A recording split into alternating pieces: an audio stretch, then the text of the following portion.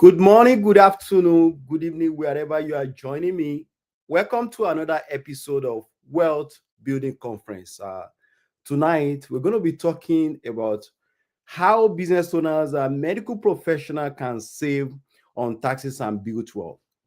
Okay, so every day, every week, we do have this program twice in a week. On Friday, we actually discuss about how insurance agent or sales agent, if you are in sales, how they can scale. And on Saturday, we'll talk about how medical professionals and business owners can build wealth and save on taxes. So on behalf of Wealth Building Conference team, I want to welcome everybody that have been joining us.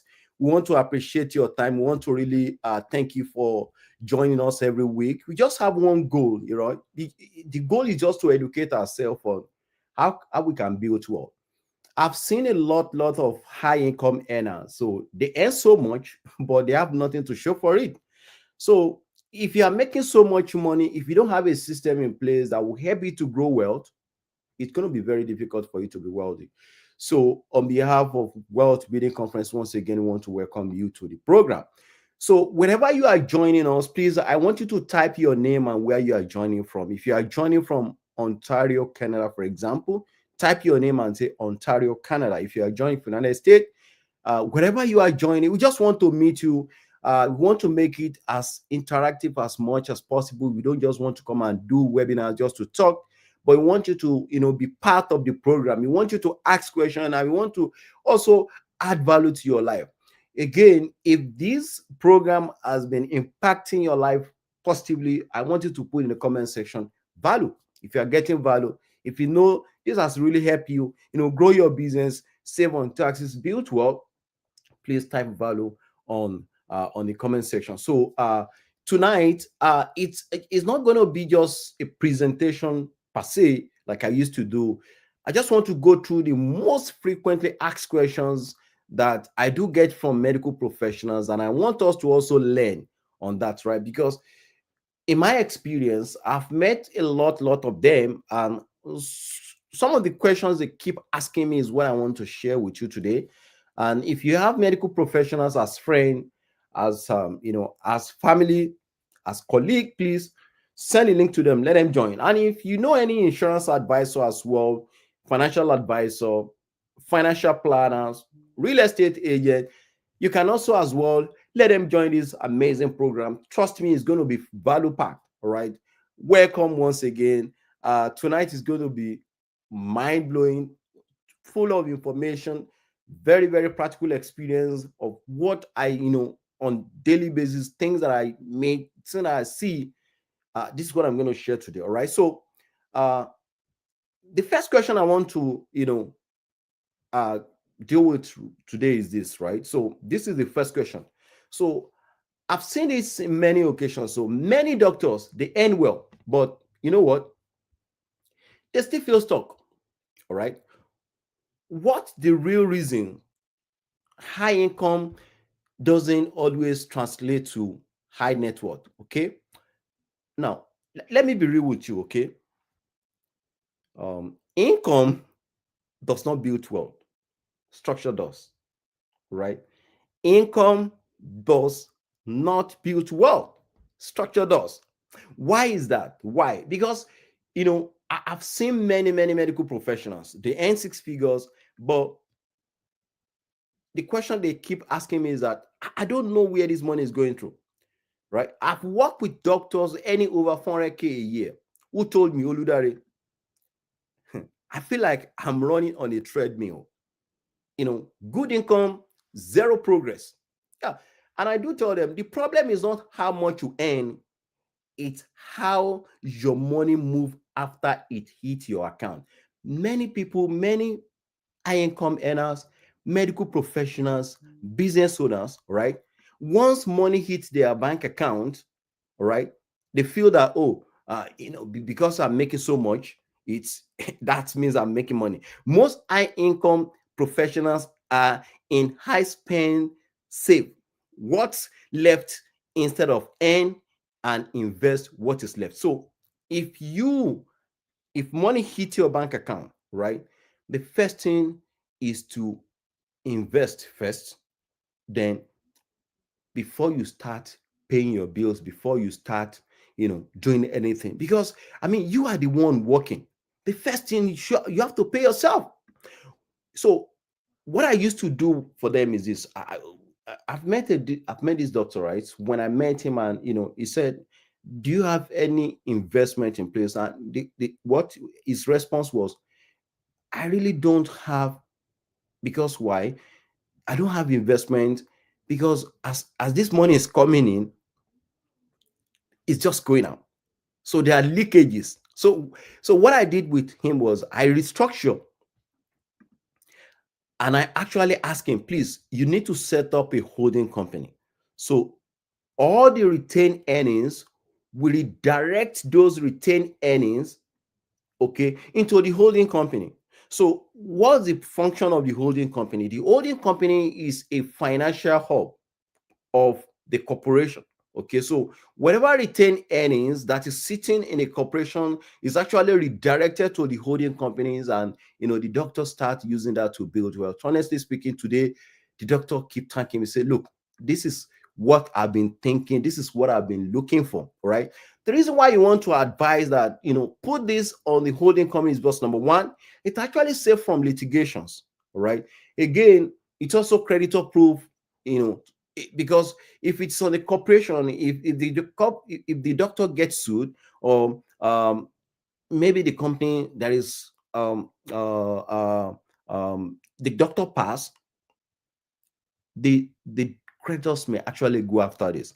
But if it is actually set up on the holding company, right, it's very, very difficult for any creditor to go after it. Of course, many of us will say, but life insurance is creditor proof.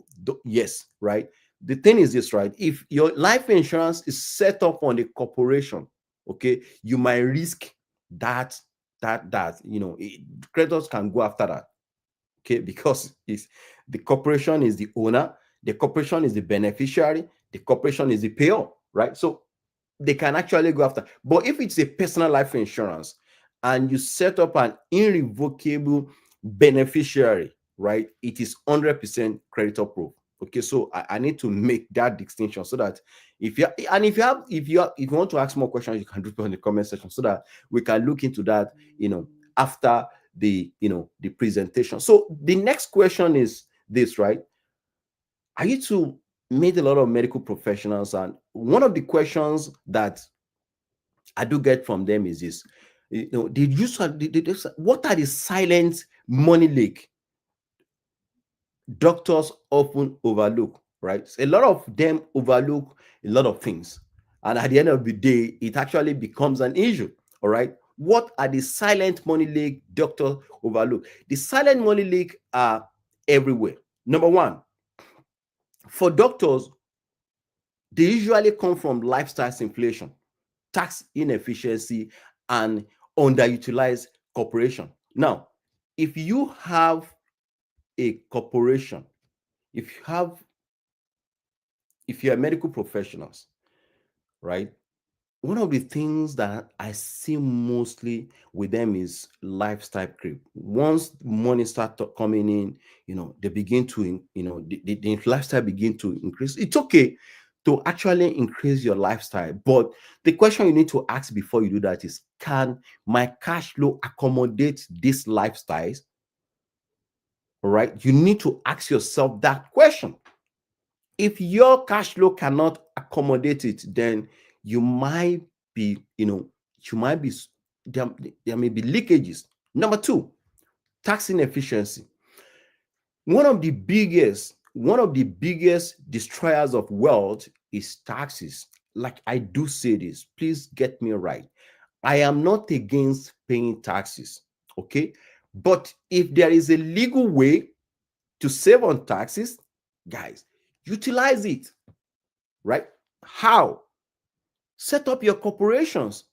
It could be in fact, that's one of the best way, one of the first things to save on taxes. I've met doctors, and there's a certain doctor that I met, right? And he said, because I'm not on PR, I cannot incorporate my practice. I said, says who?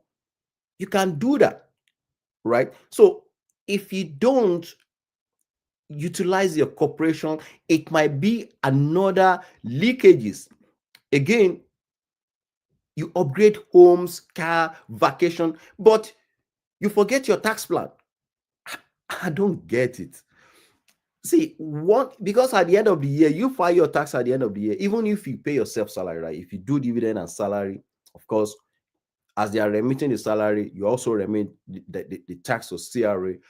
And it's really, really good, right? Because you want to make sure you diversified your portfolio. Like, you have to do a lot of little bit of dividend salaries.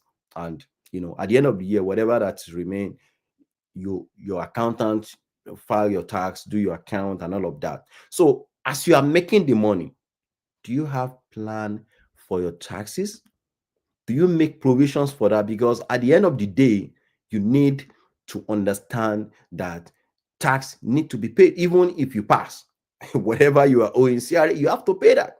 So another big leak is idle cash sitting in corporation account any 1%. Now, if you have a corporation and your retained earnings just sitting in a corporation any 1%, 0.1%, of course, it's up to you, right? Because why? Any big income does not translate to wealth. So you need to put a system in place in such a way that you utilize that income. Like I have a client. He's a surgeon. He had over 300K sitting in his idle, in his corporation. And what we did was this, right? Um, Part of it, we actually use it to set up a corporate life insurance policy on the holding company. Okay. And what is the advantage of that? It actually grows tax deferred, right? And because it's in a stable life insurance policy, it's a whole life pay, okay, it's kind of guarantee. So you want to let your medical professionals know that, of course, it's good. And I'm going to talk about real estate because what they really do mostly, most doctors that I know, what they do mostly is to put their money in real estate. There is nothing wrong in that. Of course, it's very, very good. But what if there is a market crash, right? What is happening in Canada today? Nobody ever think of it in few 3, 4, 5, 6 years ago when the real estate market was really, really booming. Right now, the market just all of a sudden things change, government policy comes in and all of that. So if you put all your eggs in real estate and it just like the market just suddenly crashed like that, and you are closing to your retirement age, what will happen to you?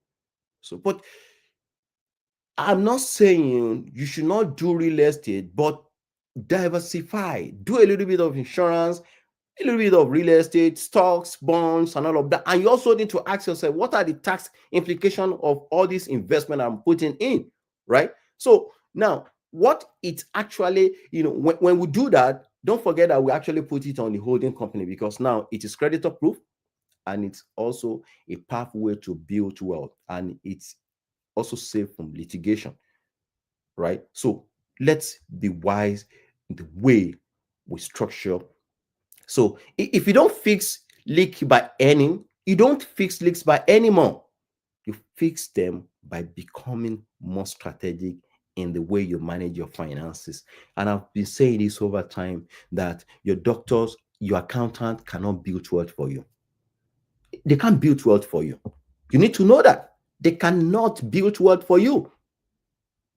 It is your responsibility to sit down and build wealth.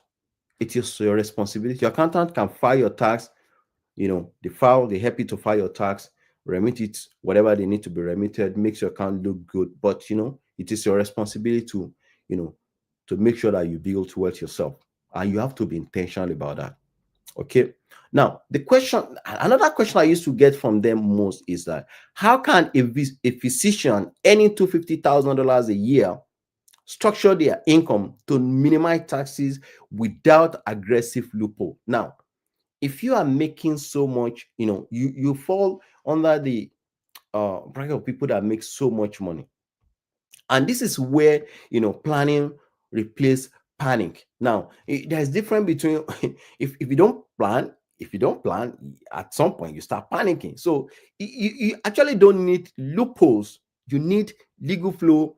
For example, what I do is that I teach three tiers approach, okay, which is I'm going to mention that, right? So there are three approach that I actually, introduce to my medical profession. Number one, incorporate smartly and separate personal and professional income. See, when you don't, so you can see right now, incorporate, separate your personal income from professional income. Many of us, many of the medical doctors, because they don't teach you finance in the university, or they don't teach you how money works, you need to sit down and do some things on your own. Like, you separate your personal finance from your professional income. Because if you don't do that, chances are at the end of the year, you will not be able to separate how much is actually coming into uh your practice.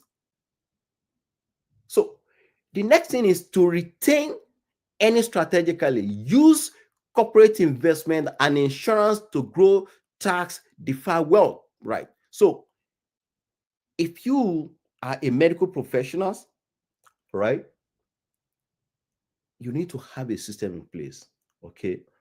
If you buy stocks, if you buy bonds, if you buy shares, it's okay. But you also need to leverage on life insurance to grow wealth tax deferred. And if your insurance is not growing with you, you need to check what you are putting your money in.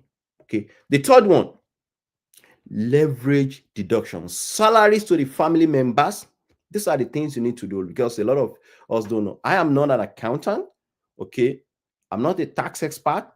But if you need legal advice, you can consult your accountant to know how they can help you to do this, right? So you can actually pay your salary. You can pay your family members, like your spouse.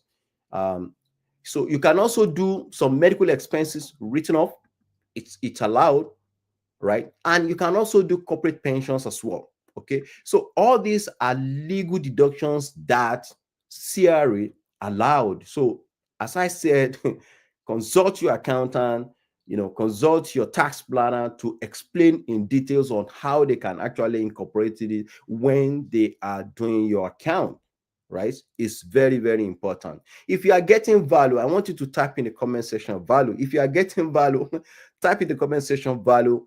The reason why we are actually doing this is because, when you are earning so much, it doesn't translate to wealth.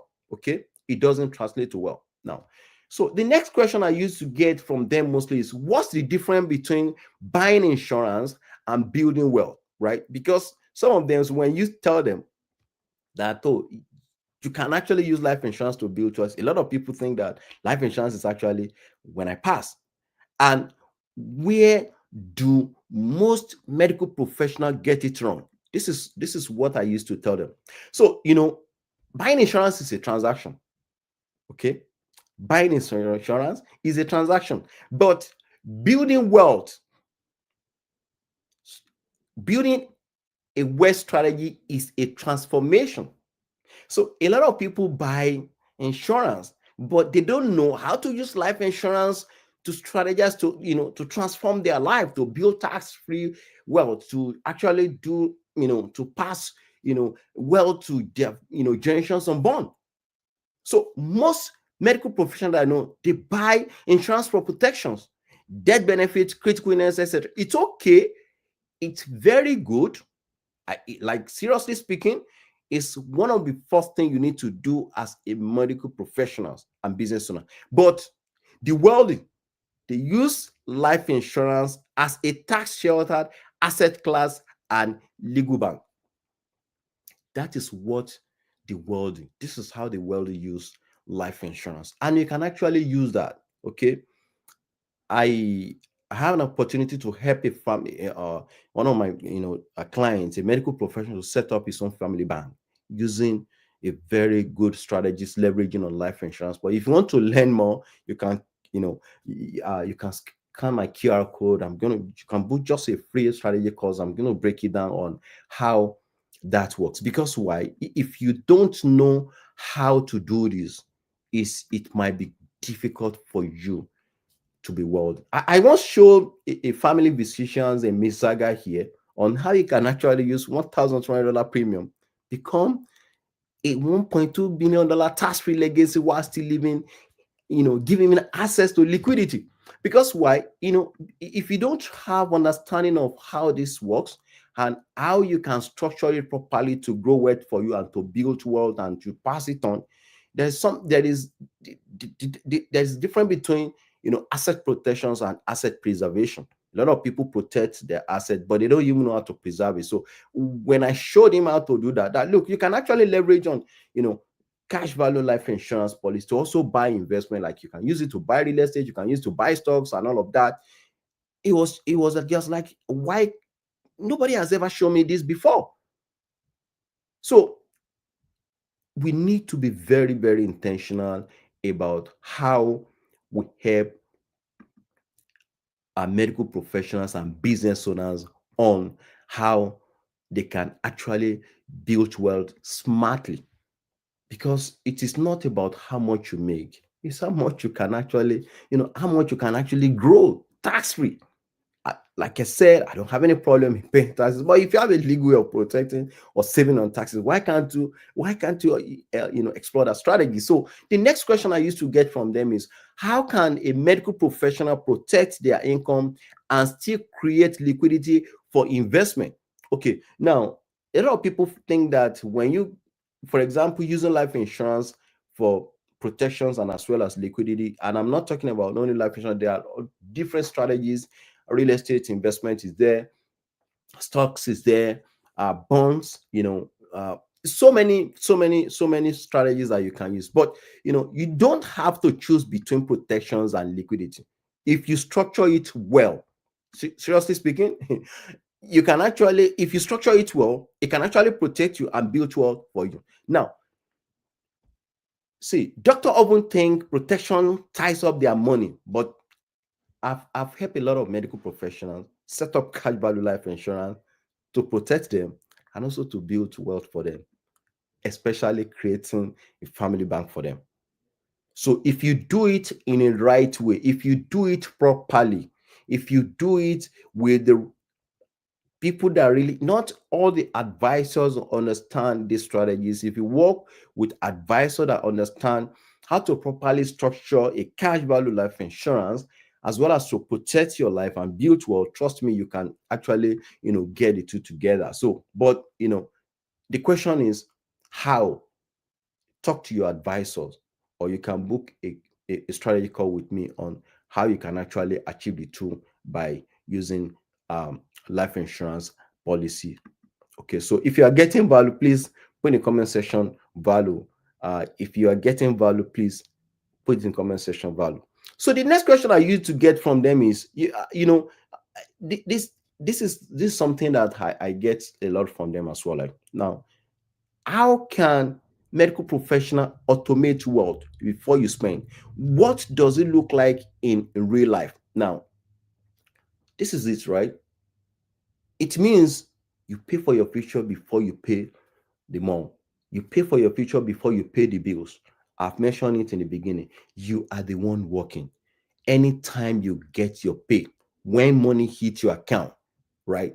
You must have a system automatically that will move it into investment, insurance, and tax shelter before lifestyle spending begin.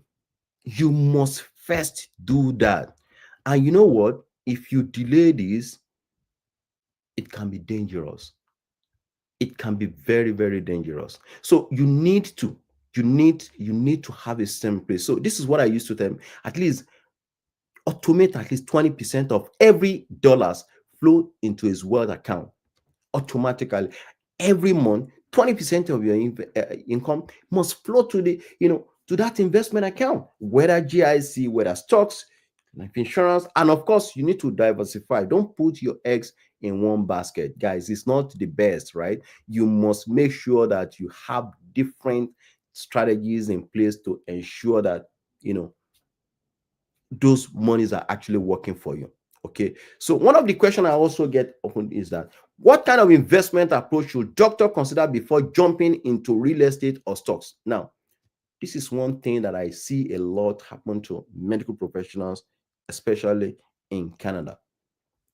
What they think most is once they start making money, they start thinking of real estate. It's a very powerful, it's very good. But before you jump into it, what are the things you need to do? Okay. Now, doctor often rush into real estate or stocks because they see other doing it. Okay. But the question is what the question is not about what to invest in. Do you have the structure to invest through? If you don't have a structure in place, you jump into it and you jump out. So before you buy your first property, ask yourself this question: is my corporation protected? Do I have liquidity to back it up? You need to ask yourself that question. Because if you are going to real estate, you are going to different investment, you need to ask yourself, because where are you making those money that you want to put in real estate? Where are you getting the money? You're getting it from your corporations, right? So the first thing is, do you protect the corporation? Okay. Number two, do I have liquidity to back a liquidity backup plan? Because why? If the market crash or there is fluctuation or anything happen, what's going to happen? So you also need to ask yourself, is my tax flow efficient? If you put your money in those strategies, you also need to think about the kind of tax you need to pay at the end of the day. Because why? If you don't do that, it might cause a lot of problem for you at the end of the day, right? As I said, you need to sit down and ask yourself all these little questions. If you cannot really,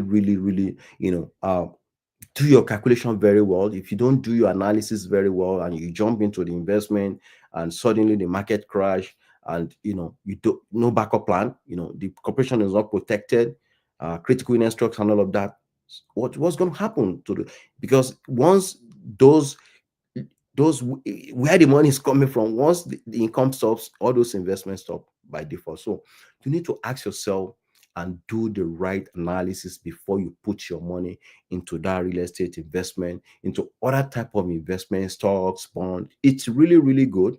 I used to say this every time, it's very good, but you need to do your calculation very well. Do you have a backup plan to ensure that if anything happens, if the market crash, at least I can still fall back on something?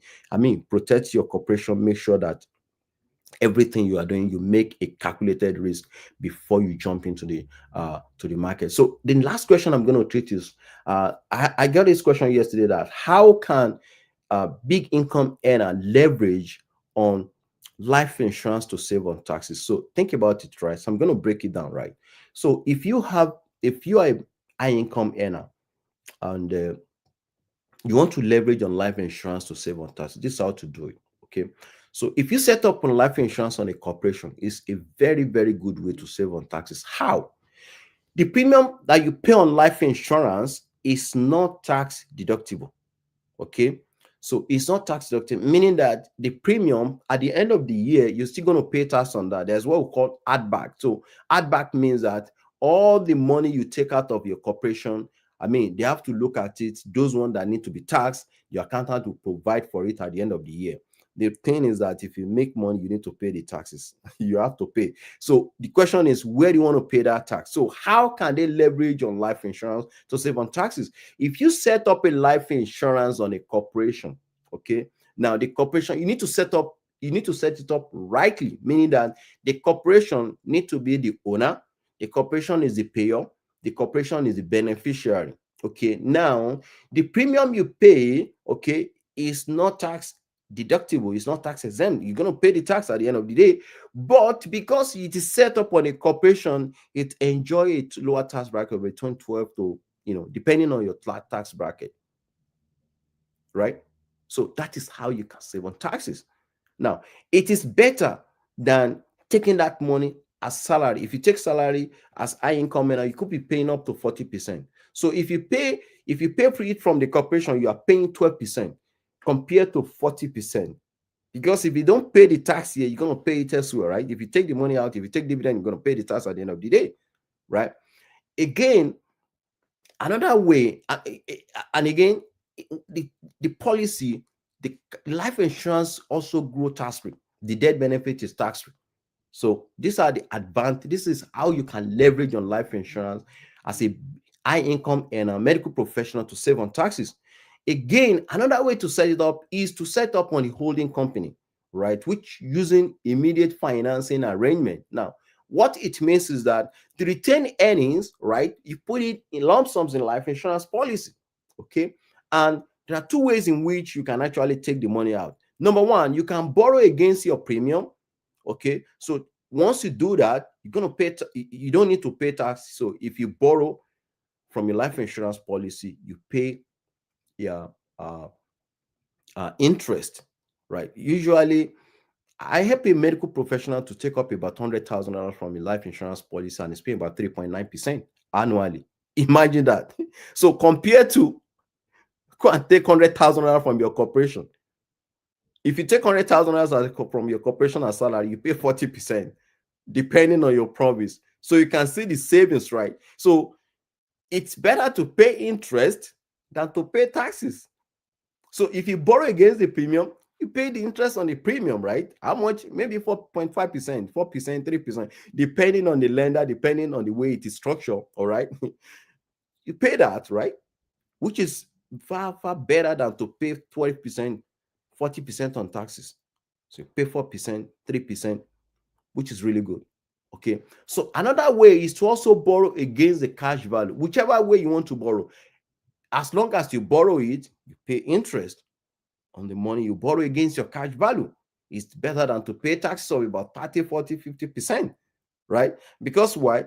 The tax on a corporation is 12%, but the retained any tax is crazy. You could pay up to 53%.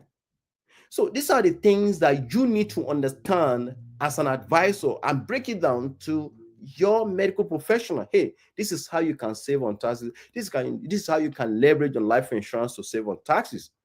Okay, make sure you put a disclaimer, please, when you are doing your analysis. I'm not a tax accountant, I'm not an accountant, but this is what I learned about this. You can actually confirm this from your accountant. All right, and it's also better to also bring the accountant to the presentation as well. Let them have understanding of what you are doing. In that case, you save yourself from chargeback, you save yourself from cancellation, because if the accountant does not understand the strategies, chances is that anytime he's preparing your account, just asking you, say, what is this money meant for? It's for my life insurance policy. What kind of life insurance is that? No, it's not possible.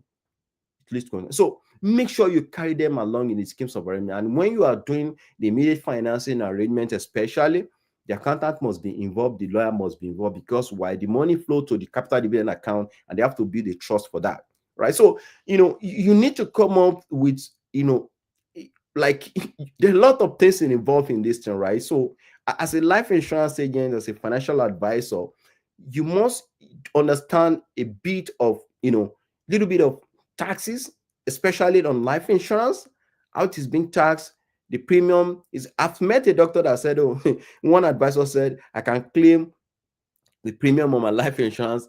Well, I don't know. If it is corporation, you can't claim it. But if it is personal, I mean, you already put the money you put on your personal life insurance, you are putting after tax dollars. So you don't need to worry yourself about that.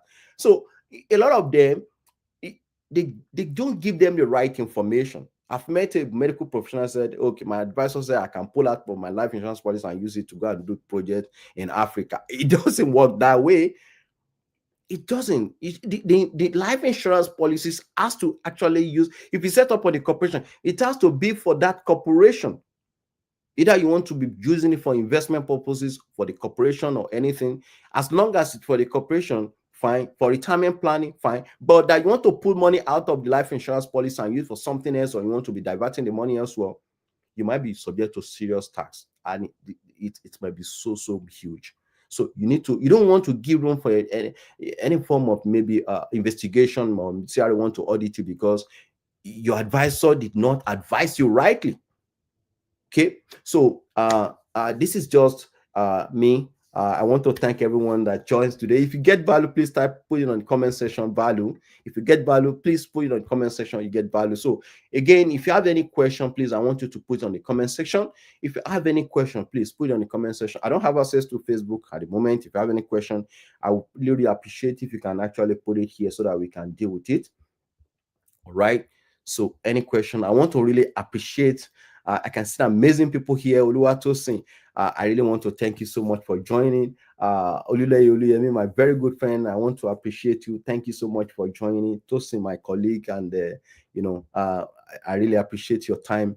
And you can actually share these videos with any doctors that you know. It will help you. It will open their eyes more, right? And it will make your job much easier, because some of this information they can actually confirm it from the accountant, like, this is what this is what I get, and this is how they can actually help to save on taxes. So on behalf of Wealth Building Conference team, I want to thank you so much.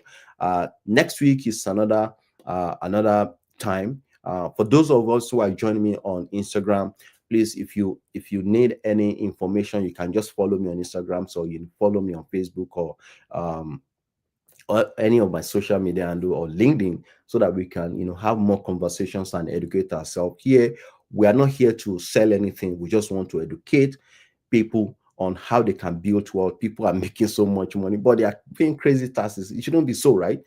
Paying taxes is not a problem, like I said, but explore legal way to save on taxes, and do it to somebody who have experience in what you're talking about. So on behalf of Wealth Building Conference, see you next week, and bye for now.